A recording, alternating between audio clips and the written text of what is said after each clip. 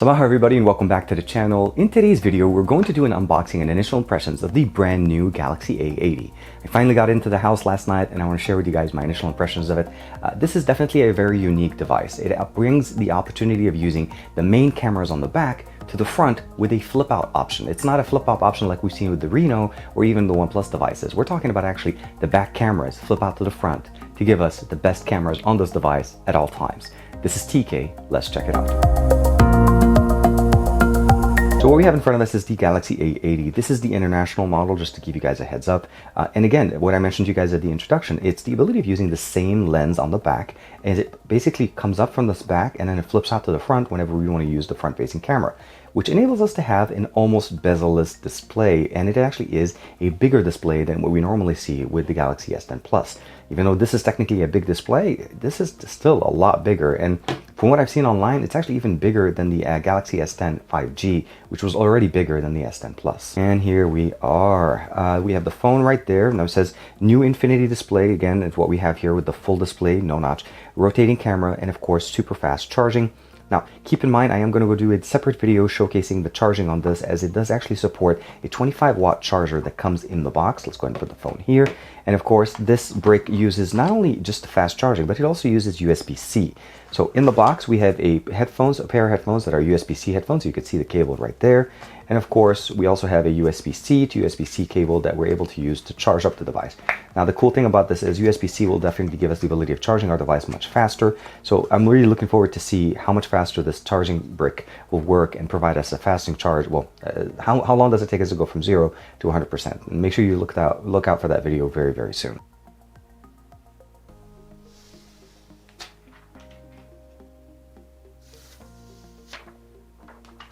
Looking around the device, we see that there's a couple of antenna bands here on the right with the power button.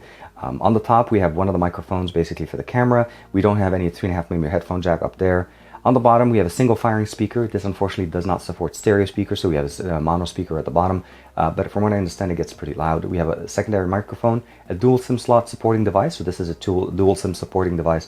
USB-C for data charging, as well as basically music, because there is no 3.5mm headphone jack. On the left side, we have a volume rocker up and down, and then a secondary antenna band.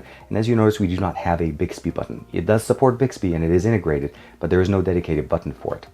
Now, looking on the back, which is very unique, because normally I would say we have a camera in the front, which we don't. We have basically a dual sensor set up with a third sensor that's considered to be a time of flight sensor. And what we have essentially is basically two cameras. There is an 8-megapixel, 123 degrees ultra-wide lens at f2.2. We also have the 48-megapixel Sony sensor that's basically available on a lot of devices. Although it's set up to be at f2.0, which is a little bit, it's not the best aperture. I've seen it down as low as f1.4 on the Honor 20 Pro, but again, we should be able to see how the cameras do perform. Last but not least, we have a 3D time of flight sensor that is set at f1.2. That's basically just used to be able to get the distance information and much better bokeh and of course portrait images. But not only that, there's also a measuring application using basically the AR core to be able to use the cameras to measure distances or even objects. Now, looking over on the front, we have a 6.7-inch Full HD Plus Super AMOLED display, and this is basically what we get here. It's a much bigger display, but it has a QHD. We also have basically the Snapdragon 735 as this processor. It is an octa-core processor, 8 gigs of RAM, 128 gigs of non-expandable storage, and the last but not least is a 3700 milliamp battery that's supported by that 25-watt charger that we saw in the box. So I went ahead and took a few minutes to set up the device. I installed a couple of applications on it, and of course the display is absolutely gorgeous. We do have Bixby Home that's sitting on the left side, and we're able to basically either turn it on or keep it off. So you can actually keep it on, or basically if you don't want it, you can just disable it, and then from there on, whenever you swipe to the left, it goes away. It does not have a dedicated button, so that's one thing you want to keep in mind. The launcher, what we're using here, is very similar to the One UI launcher that you've seen on other Galaxy devices. I am picking up LTE as I'm using my Project Fi SIM card on here. And you're able to basically just use the Google Play Store, as it does come preloaded, some of the Google Play applications. And of course, the app drawer in here, we have the basically Bixby option. Netflix was preloaded, Spotify was preloaded, Facebook was also preloaded. I did download basically Good Lock to be able to use the nice functionality of Good Lock to change my lock screen, as well as some of the other options. The other thing I also, of course, did, first thing is install my custom launcher, well, the custom lock screen to be able to get Goku back running in there. Now, this does support an in-display fingerprint sensor, and I did find that, it does work, but it's not as fast as what we see on the Galaxy S10 Plus. This is definitely not an ultrasonic one, and it does have a pre-applied screen protector that is already installed, so just keep that in mind. You don't have to get a new one. If you do want to get it replaced, make sure you remove this one first before you install the new one. Other than that, the app drawer was basically pretty standard. The one thing I didn't see here under the Samsung tools is that we did actually have a function that uses the time of flight sensor in the back of the device, and that's called the Quick Measure application. So we could definitely see an example there. It's given us the rough measurements there, and it did it by itself. I'm also able to use the little pointer if I have enough of a distance to be able to measure different objects. And of course, using the actual time of flight sensor, which is really nice, as it also does require us to update the AR core, which it installs from Google. Now, looking over the UI, we seem to have also the ability of going into dark mode the way we normally have it with regular Samsung devices. We have mobile data, auto, all of that stuff, blue light filter, mobile hotspot, smart view, of course, airplane mode. We have data saver that's built in here. That's really nice. Dolby Atmos is supported here with USB-C connectors as well. The ability of hiding the navigation bar to be able to use gestures. Again, very similar to the way we have it on the normal One UI devices. Kids Home is already installed and active, as well as the fact that we also have Wi-Fi calling if your device or your carrier supports it. You can, of course, customize all of these things. NFC built in, always on display, all the cool things. Under the settings, pretty much the same thing. Connectivity, everything that we've seen with the One UI.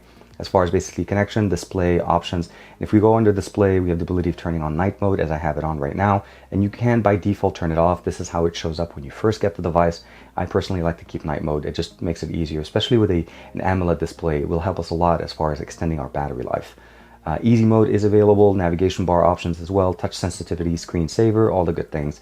Now wallpaper and themes, same thing we've seen with One UI. Everything is aggregated into one area. Now, as far as biometrics and security, we do not have face unlock on this, which is kind of weird since the cameras do actually flip out.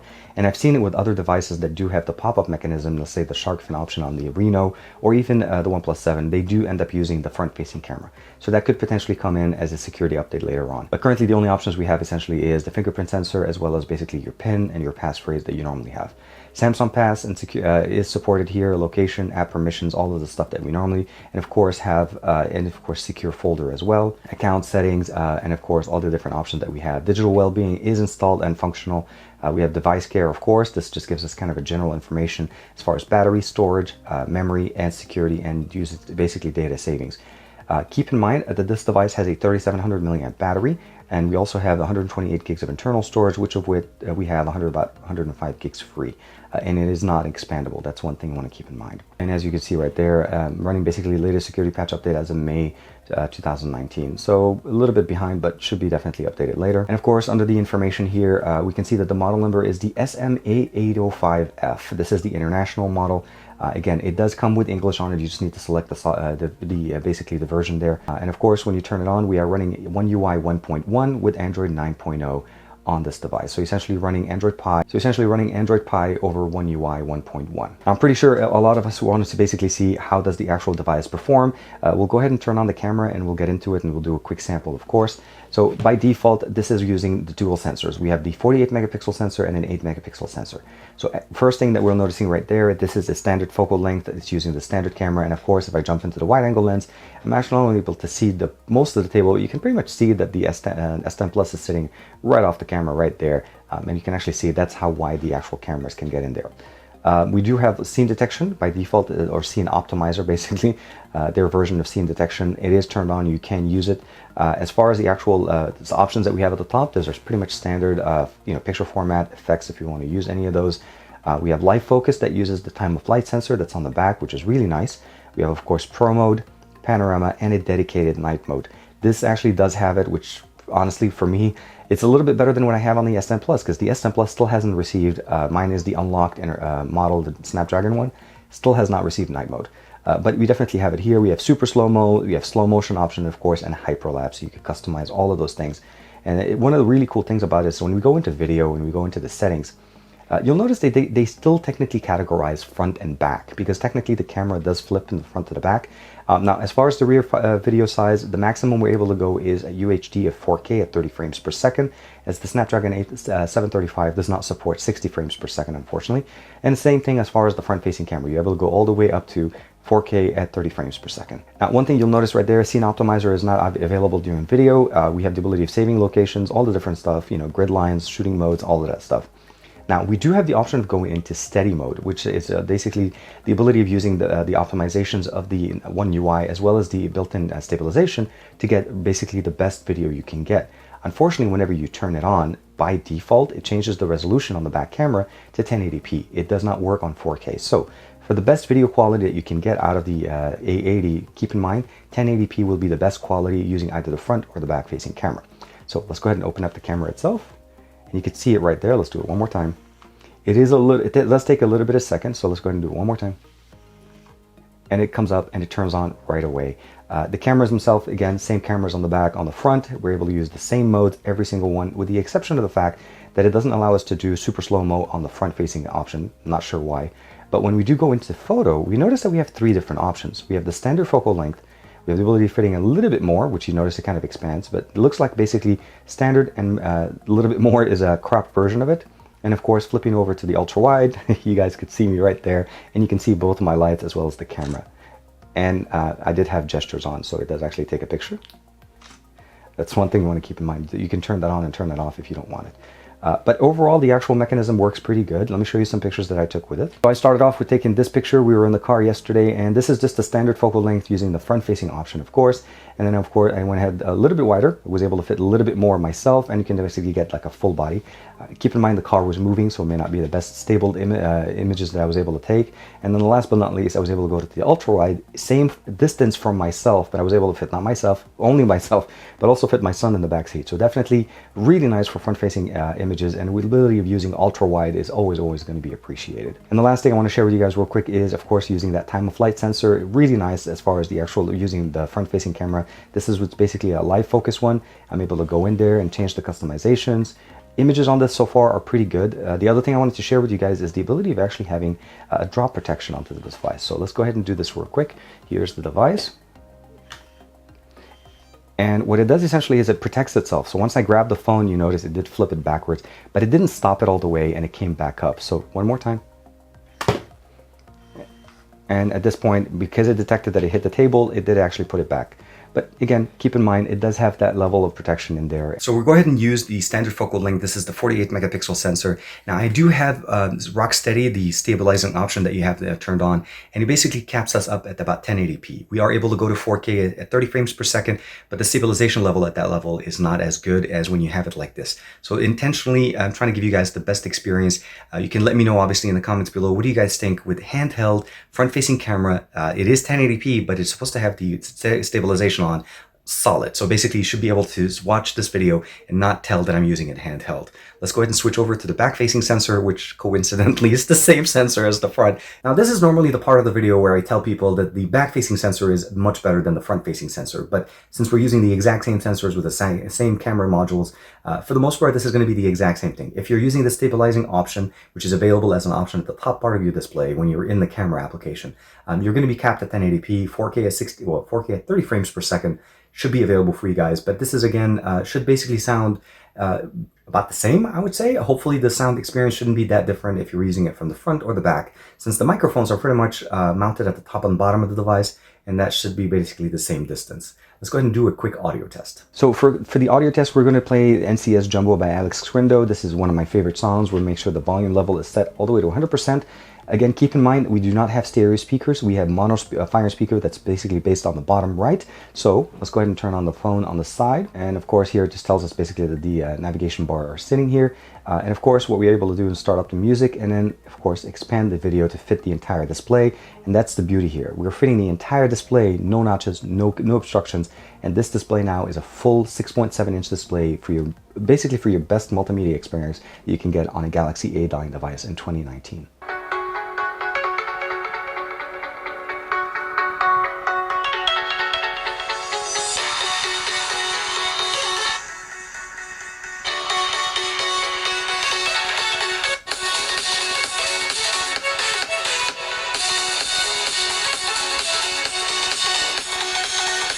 And again, keep in mind, if you are using the wired headphones, you're able to turn on Dolby Atmos on this, as it is part of the options in here sitting in as far as audio optimization. Again, it's only available with connected Bluetooth or wired headsets.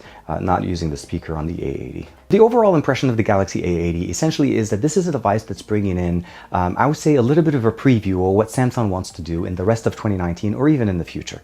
The first thing that we notice is the lack of a 3.5mm headphone jack. So generally, this is how they've done it in the past. When we saw last year with the A line of it, like I think it was the A70, we saw some of the hints of what they were going to do with the Note line.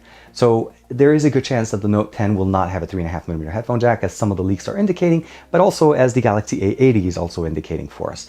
I don't think the rotating camera will probably be what we see, but we do obviously going to see it in S Pen. But as far as what we get here, let's focus on the A80. Let's not jump ahead to the Note 10 line. The full display is definitely something very nice. This device is intended to be for media consumption. You're going to get Dolby Atmos as far as the sound. We don't have a 3.5mm headphone jack, but we still have great audio. We do have Dolby as far as optimization. We have the live wallpaper on the screen, which is really always appreciated for me from any Galaxy line device.